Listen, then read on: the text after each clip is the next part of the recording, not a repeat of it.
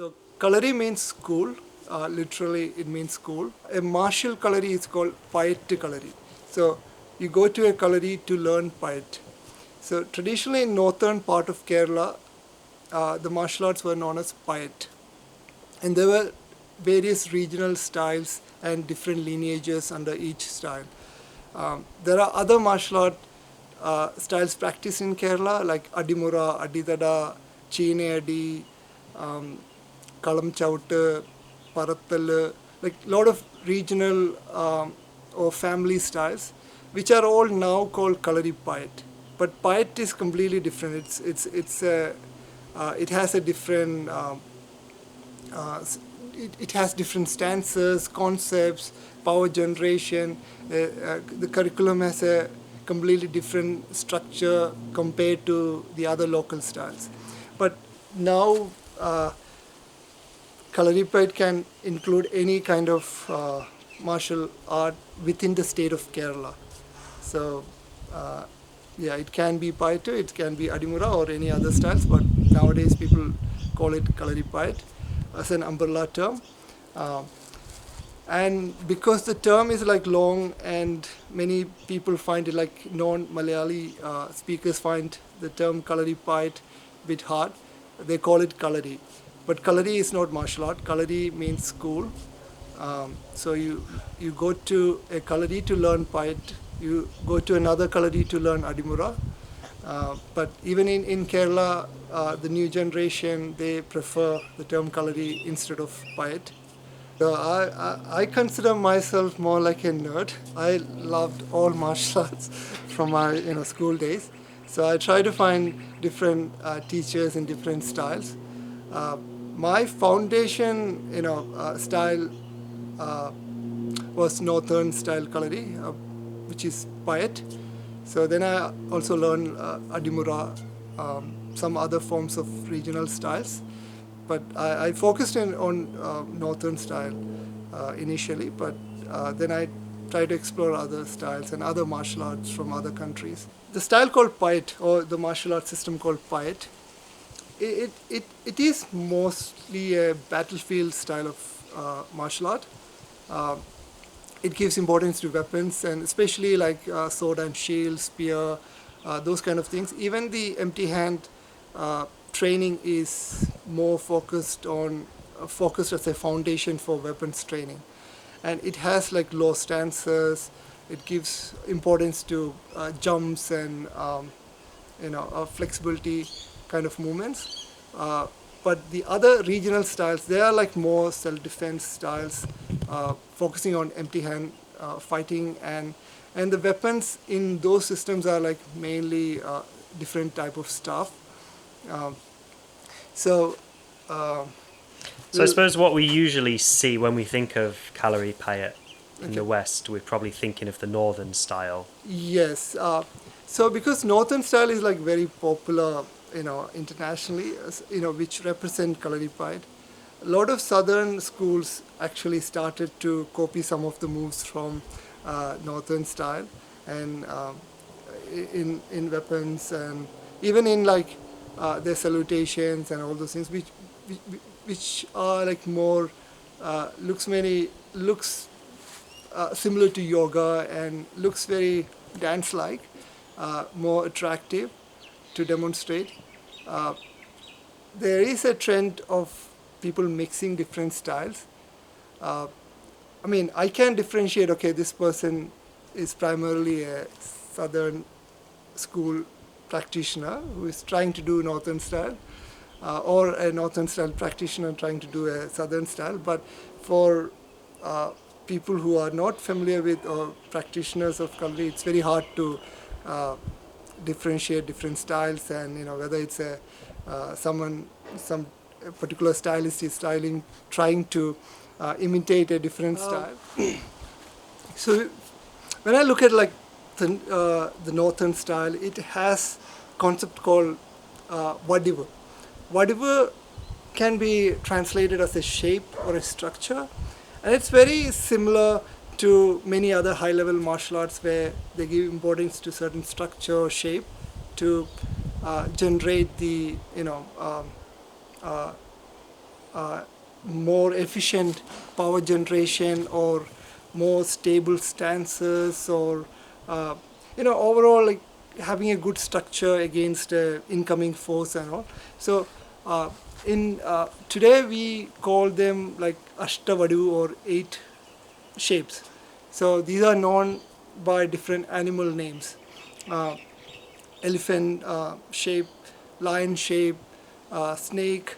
So Vadivu is more like Vadivu is a structure where you can get into a more optimal shape, where you can resist a force or give a more effective strike. So the first one that we learn in Kalari is the Gajavadivu. Gajavadivu means elephant shape. So the traditional saying is that Gajavadivu is good to deal with grapplers. So this is basically a grappler kind of shape. So what we do is like it's like a squat, but you arch your back and you tilt your pelvic area back, and you lean a little bit forward. So in the form we stand like this. So we go into a low stance, body slightly leaning forward, but you're not falling forward, but you still are very stable, and your back is arched. So it's like a grappler stance. So in this position, we can move forward and move backward. So this is like if someone is like pushing you and you don't have any room to move back, you can actually tilt your body, like tilt your pelvic area and go down to a forward leaning posture. So more you go down, you get better structure to resist someone's push, or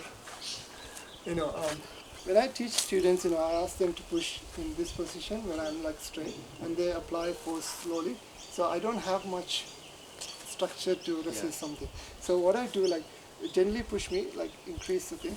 So if I'm like going, like tilting my back and leaning forward, I get better structure. Yeah. So when you push more, so more lower stance, you get more structure. But if you move away, I shouldn't fall. Yeah, So, and you just stay there. Yeah. So you need to find that optimal, because everyone's body is different, right? Yeah. So I can't just copy someone's structure. So what you're saying then is, if we're talking about the elephant, it's basically about this sort of structure. This is the main idea, that it's certain movements that are training this structure against forward, kind of bracing against forward pressure. So basically that tilting and that tilted pelvic region. Yeah. And it's not just this just staying there. It's also moving forward. Yeah. So when you are like applying force and I'm in here, I should maintain that structure to move forward. So when I'm pushing you, no matter which way we're pushing and pulling. So all this time I'm like, my body is in arched back. Yeah. So that's the structure. So Okay. So that's what in Kalari, these moves are called based on Gajavadivu. So when a student goes to the higher level, so you learn how to strike in that structure. And keep the structure. Strike with the structure, or move forward and strike and all those things. Also, like when you practice weapons, again, all these things can be done with a shield. Yeah. So the shield is what's bracing. Yeah. So you're sort of using the shield to brace into them, and the weapons behind it. Exactly. Okay. So that's basically elephant structure. Yeah. The second one is again like very universal thing. It's like the the forward stance kind of thing. So that's the horse stance. So here when we practice like in a really low stance and all. But again, this is the horse shape. Here again, when you go forward, there are different variations in it. So again, just like the elephant stance, you don't lose your structure while you move forward. So you shift your weight and you kind of fall forward, maintaining that structure.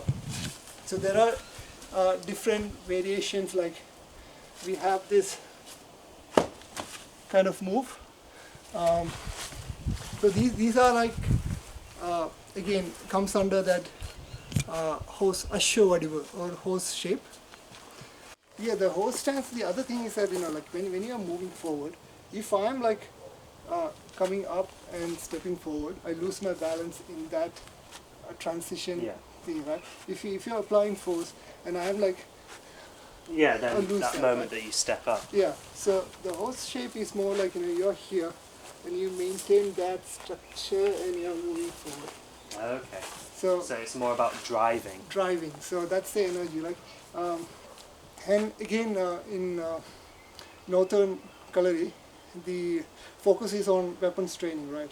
So these kind of stances are very useful. Long stances are good for like fighting with weapons. Okay, so a lot of people nowadays try to rationalize these moves, like these are like strikes, like this and all. Yeah. But actually, if you are holding a weapon, you can strike in a longer range, right? Yeah. And come back peacefully. So, yeah. So the horse is very much more about a weapons Yeah. way of moving the body. Exactly, yeah. So especially like, sword and shield fight, you actually go you into do that go low into very stance. big, low, Yeah. long stances Yeah. with weapons. Yeah. But nowadays people try to explain everything in empty hand way. Just like, in modern other martial arts, they all try to explain it into a grappling kind of interpretation. So northern Kalaripayattu, you can't take out the context. Like this system were developed for weapons fighting in a battlefield kind of thing. Yeah.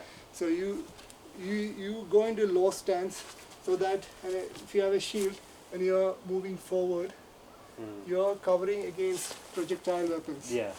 So, but people now think that, okay, it's how you fight. It's very hard to fight in that stance. In the face. Exactly. So then we have snake shape. So snake shape is again, it's not like the elephant shape or horse shape. So it is the, how do I put it, like the belief that a snake can go into a smaller space and then turn back with his head, first. So snake shape is like when we practice the snake shape, we go into a low stance and we actually turn our body as low as possible. So though we practice in a low stance, in application it becomes like, you are in a very narrow space. You can actually move back like that. So it's you're in a crowded, you're dealing with multiple opponents, and you can actually move, with a tight body. So here the snake, you're imitating that quality of the snake to turn back or move in a narrow space. The next important structure shape is the lion. So lion is basically, it's kind of a variation of the modern fighting stance. Yeah. So traditional posture is like you tilt your body in this way and lean forward like this. So it gives you a more structured shape, like. So you're very side on, right? Yeah, very side on. Yeah. It's very similar to the elephant shape, but it's more side on. Yeah. So if I'm like holding a shield, it has that, if you push the shield. Ah, I see, yeah, so you're using that to brace. Yeah. If someone, if someone's coming in, they've also got a shield. If I'm here, then you know that when you push, the force is going somewhere else, right? Like if I'm like standing like this. Yeah. Yeah. Right. So this side shape gives me more good structure, Mm. and I can feel the force going to my back leg. Yeah. So the same concept is used in like in the empty hand part of the northern style. When you strike, you're striking that elbow Ah, okay. Yeah. strike. So in northern style, the elbow is not this kind of elbow. Yeah. It's more with the Ah, structure. so it's really like stabbing in. Yeah. Yeah. Okay. It's like the baji kind of thing, Yeah. but in a different way. So And do you use it to sort of shield? Like I know in Shaolin, there's a lot of these sorts of like shielding your head, these sorts of stances and things. we do have certain hand positions which are used as a guard. Yeah. So the basic one is this. Mm. So it's basically a little more closer, Yeah. modern fighting thing. Then we have something like this, like this kind of. Okay. Even in the form and all, when we step forward, we step like this. Yeah. So this is also a kind of. Yeah. So this is sort of protecting. Yeah. Yeah. But again, whether that's for protection or like, you're striking Yeah. kind of thing, it's hard to say, like, because for last 100 years, Kalari is not promoted as a, it's not pressure tested. Mm. So a lot of things are slowly changing into dance or performance. So even the structure-wise, another structure is the rooster. Yeah. Okay, this traditional rooster stance is like you're a little bit leaning forward and little, tighter, which looks not nice compared to someone standing like this, right? Yeah. So if I'm here, if you push me, I will fall. Yeah. There's no way. But if I'm like a little more this way, Yeah. I'll get more. You've got quite a strong structure. Yeah. So that's how the things are changing in the modern times. Like you're going into a more, it's just like the modern wushu thing. Yeah. Yeah. You see the Yeah. exact same thing happening Yeah. in China for sure. So yeah. So other important shape is the wild boar. It's called Varaha Vadivu. So it's like the wild pig digging mud. So this is like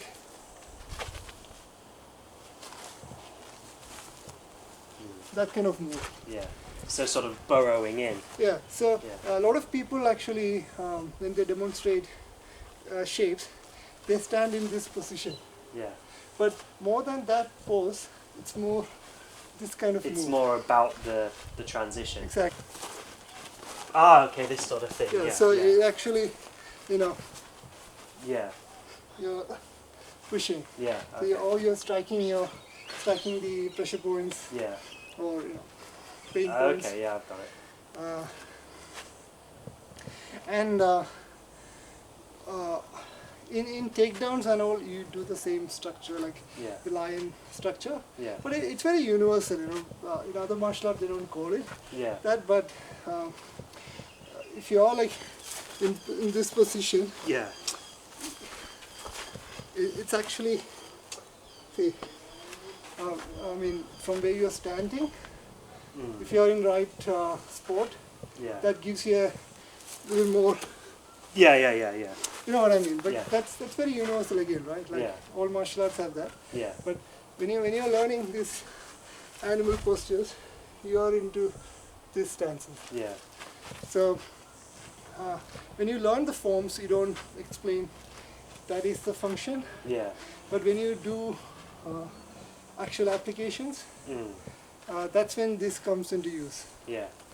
So it's like as you're training these forms and shapes, you're learning attributes. Attributes, And then as you're learning to fight sort of separately, the two yeah, sort of come together. comes together. So traditionally, that was never explained in relation. Yeah. Students are learn the forms and the moves, and they learn fighting techniques combination separately. Yeah.